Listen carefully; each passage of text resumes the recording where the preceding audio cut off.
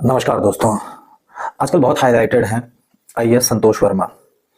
बड़ी हिम्मत भी की इन्होंने ये बात बोलने की कि आरक्षण तब तक समाप्त नहीं होना चाहिए जब तक एक ब्राह्मण या तो अपनी बेटी उनके बेटे को दान ना कर दे या कोई ब्राह्मण लड़की उनके बेटे से संबंध बनाने के लिए राजी ना हो जाए।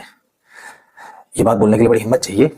मुझे ये समझ में नहीं आता कि इतने उच्च पद पर बैठा हुआ अधिकारी इतनी घृणित सोच अगर रखता है, जो कि आरक्षण का लाभ ले लेकर के उस पद तक पहुंच चुका है, और उसके बाद भी उसकी सोच इतनी घृणित है, तो आरक्षण से ली हुई ऐसी शिक्षा का, ऐसी नौकरी का कोई फायदा नहीं है यदि मनुष्य अपनी सोच अभी तक नहीं बदल पाया है।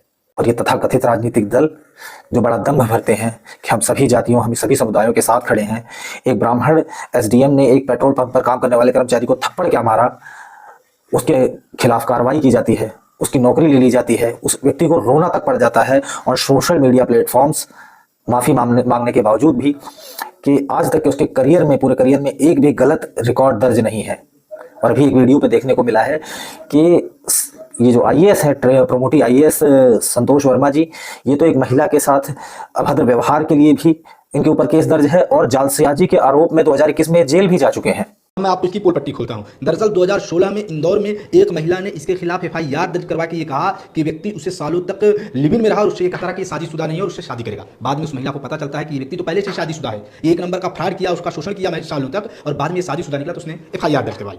यही नहीं, अब इस पे आगे की साजिश सुनिए। 2021 में इसे प्रमोट करने का समय आया। अब प्रमोट के बीच में आ रहा था ये केस, क्योंकि महिला ने मारपीट समेत कई के आरोप लगाए थे। तब इस जालसाज व्यक्ति ने जाली कागज तैयार करवाए और एक ऐसा कागज कोर्ट का तैयार करवा लिया जिसमें इसने बताया कि इसके और महिला के बीच में समझौता हो गया। और उस कागज में इसने जिस वक्त जज का उपयोग किया, उन जज का नाम था विजेंद्र रावत। बाद में विजेंद्र रावत जी ने कहा कि मैंने तो ऐसा कोई आदेश ही नहीं दिया, मेरे आदेश का इस जालसाज ने गलत उपयोग कर लिया। जिसके बाद इसकी गिरफ्तारी होती है 2021 में और 27 जून 2021 को गिरफ्तार कर इसे जेल भेज दिया गया, जहां जेल में से झाड़ू पोछा और अन्य कार्य करवाए। ये भ्रष्ट आईएएस ने कितने अत्याचार किए होंगे आप इसी से अंदाजा लगा सकते हैं।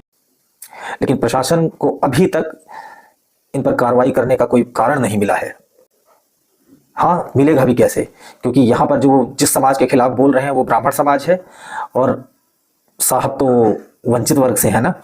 समझने वाली बात यह है कि जो प्रशासन आज के समय में ब्राह्मणों के लिए किसी भी प्रकार से आवाज़ उठाने के लिए, कार्रवाई करने के लिए सक्षम नहीं है, तो ब्राह्मणों से भी इस तरह की अपेक्षा ना रखे कि अब ये समाज उन पर किसी भी प्रकार का उनका पक्षधर होगा, उन पर भरोसा करेगा या उनका समर्थन करेगा। चाहे वो कोई भी राजनीतिक पार्टी हो, बीजेपी हो, सपा हो, बसपा हो, कांग्रेस हो, आम आदमी पार्टी हो, कोई भी हो। और बहुत ही उचित सी बात है कि लांछन लगाना, आरोप लगाना, हजार तरह की बातें बोलना संभव है, कोई भी बोल सकता है, मुंह खोल करके कोई भी हंस सकता है। लेकिन वो ब्राह्मण ही है जिन्होंने सनातन की शुरुआत से लेकर के अब तक इस सभ्यता को और स्वयं को भी बचा के रखा है, अपनी पहचान को बचा के रखा है। आप लोगों की पहचान को बचा के रखने वाले हम हैं। लेकिन शायद ये बात अभी आप लोगों की समझ में नहीं आ रही है। तो आपको ये बताना चाहूंगा, ब्राह्मण अपनी सुरक्षा, अपनी रक्षा, अपने सम्मान की रक्षा करने के लिए सक्षम है और वो करेगा। अब चीजें बर्दाश्त के बाहर हो गई हैं। जय श्री राम।